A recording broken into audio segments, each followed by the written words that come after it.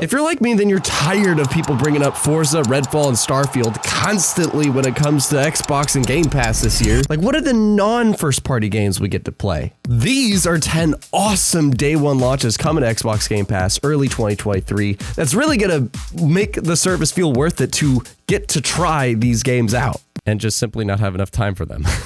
Fate intended for us to meet here. Wolong Fallen Dynasty, a new dark fantasy three-kingdom action RPG from Team Ninja, aka the people that made Neo. And Wolong follows the dramatic action-packed story of a militia story fighting for survival in a dark fantasy version of the Three Kingdoms. Supernatural elements mixed in with Chinese swordplay are just some of the highlights of this next great action RPG title from Team Ninja. If you heard anything about Neo, it was finally the game to kind of challenge FromSoft as, you know, a Soulsborne-like game with some really intense and engaging combat, and to be able to play their next game day one on Game Pass, it's kind of a big deal. Next on the list is Cocoon from Jeppe Carlson, who was the lead gameplay designer of Limbo and Inside. What? Cocoon takes you on an adventure across worlds within worlds, master world-leaping mechanics, and solve intricate puzzles to unravel a cosmic mystery. And Limbo and Inside were two phenomenal games, and yes, we recently got maybe a little bit disappointed that Somerville, another person from that team, that game didn't necessarily live up to the expectations people, well, I should say hopes that they had. But getting to try out the next game from anybody from those games, especially the lead gameplay designer, I'm pretty stoked for that. I don't know about you. Plus, it'll probably be a nice quickie to get in. You know, those games that aren't going to take you over 10 hours to get through, but could be wrong.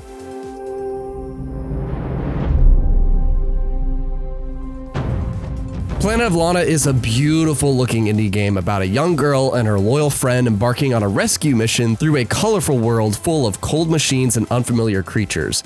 Planet of Lana is a cinematic puzzle adventure framed by an epic sci-fi saga that stretches across centuries and galaxies. Something that Game Pass really does great is getting you to discover indie games and to give them the attention that they really deserve.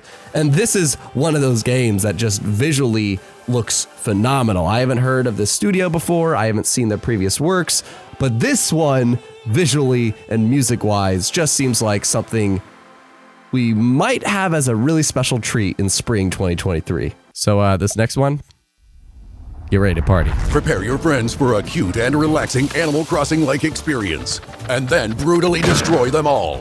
One of my most anticipated games that was supposed to come out last year is Party Animals. Fight your friends as puppies, kittens, and other fuzzy creatures in Party Animals. Pod out with your friends both online and offline, interact with the world under realistic physics engines. Did I mention puppies? If you want something to just goof off with your friends with, then Party Animals is gonna be that game for you. It just seems like a good old fun time where the physics engine really does seem like it's part of the humor of this game with how derpy things look, yet also kinda realistic. I'm hoping this is gonna be my party game of the year, similar to how Spider-Heck was last year. Other great game on Game Pass, by the way.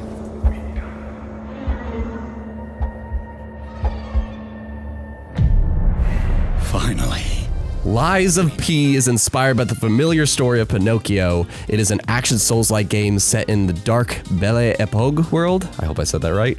Awakened by a mysterious voice, Pinocchio must find a way to save the city of Krat from being ravaged by puppets. Pinocchio, with his special heart, learns how to become a true human by lying, which that concept is really interesting. This is just the whole concept of the game is just interesting to think of a video game not only based off Pinocchio, but to put it in this super, what basically looks like Bloodborne 2. It really does.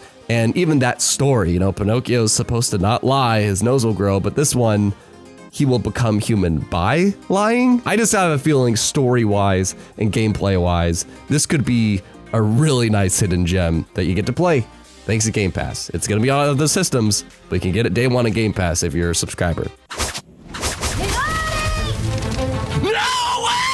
One of the most, if not the most anticipated indie game of 2023 is Hollow Knight Silksong. And yes, it is a day one Game Pass launch. Supposed to be in early 2023, as Xbox has confirmed. And in Hollow Knight Silksong, you'll discover a vast haunted kingdom, and it's the sequel to the award-winning action adventure that was Hollow Knight, a game that I continuously hear so much praise for, which I think is still on Game Pass right now. So You can play them both back to back if you wanna. But in Silksong, you'll explore, fight, and survive as you ascend to the peak of a land ruled by Silk and Song. And if you don't know, Hollow Knight was one of the most praised Metroidvanias of all time. Like seriously, I haven't heard too many games in the modern era that have gotten as much praise as Hollow Knight in the Metroidvania genre for its music, for its art style, for its tone.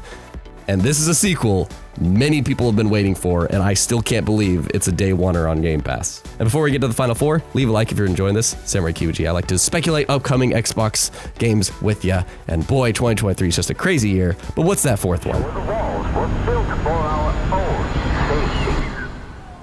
The fourth one is Replaced, another game that has unfortunately been dealt the cards that the Ukrainian situation is, but Replaced is a 2.5D or whatever you'd call that art style sci-fi retro futuristic action platformer where you play as Reach, an artificial intelligence trapped in a human body against its own will. Replaced combines cinematic platforming, pixel art, and free flow action combat set in an alternative 1980s. And that 1980s style is really felt in all these trailers and the music. This game feels like Blade Runner with the Octopath art style, but more. Like, this is seriously one of the most gorgeous looking 2.5D games I have ever seen. And I truly hope it's one of those indie darlings that we're gonna have next year. There is like half this list is kind of indie stuff. That's the beauty of Game Pass. You get to discover things that, you might not have tried before. But if you want something a bit more crazy and have been waiting for BioShock for a long time, Atomic Heart might be your thing. And of all the games on this list, I think this is the only one with the release date with February 20th. And in Atomic Heart, you'll be in a mad and sublime world taking part in explosive encounters. Adapt your fighting style to each opponent, use your environment, and upgrade your equipment to fulfill your mission. If you want to reach a truth, you'll have to pay in blood. And every time you see this game, it just seems like BioShock mixed with Platinum Bayonetta craziness, mixed with some super duper great graphics. Seriously, this Soviet-inspired looking action shooter just seems to be insane. Like, I'm really hoping this is just one of those games that you are just gonna submerge yourself in some epic action gameplay. But let's bring things back to the indie and artsy and cool just looking stuff that you can try out this year through Game Pass, The Last Case of Benedict Fox. Only anguish fills this residence, Benedict. You take on The Last Case of Benedict Fox and dive into a twisted world of secret organizations, forbidden rituals, and cold-blooded murderers. And you progress in the game by exploring the memories of deceased victims as you search for clues and fight demons in this fantastical Lovecraftian Metroidvania. And this is one of those games that when they first showed it at the summer showcase last year from Xbox, this actually stuck with people. I heard this a lot on podcasts. People brought up and they're like, this looks dope. There's just something about the style of this game, and Metroidvanias really popping off in the past few years. This one just looks like one that could really stand out as just style. I don't know, the 3D, 2D style. It looks like a cool game, and yet it's another one that should be in early 2023. That isn't first party. And there are some honorable shout outs we're gonna mention, like Radif, this last one, because boy, these are just 10 games, but there's a lot more that you could potentially play if you want. These are just the 10 that kind of stuck out to me on a personal level. And that first one that was thought of was Stalker 2. The zone, in our image, after our likeness.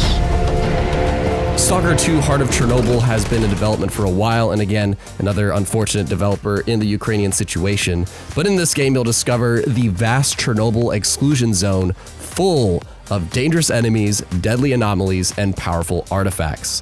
Unveil your own epic story as you make your way to the heart of Chernobyl. Make your choices wisely, as they will determine your fate in the end. I got a friend that was just through the moon when he heard that this sequel was a thing. There is a cult following for this game, and I would imagine it is for a reason. And if you haven't played the first one, it sounds like you don't have to have played it. And this is another very great looking game coming to Xbox. It is a next-gen only title as well. But really, it's the tone of this world that is the reason you want to go through it, to experience this very dark, somber feeling story of exploring this zone and the secrets that lie within it.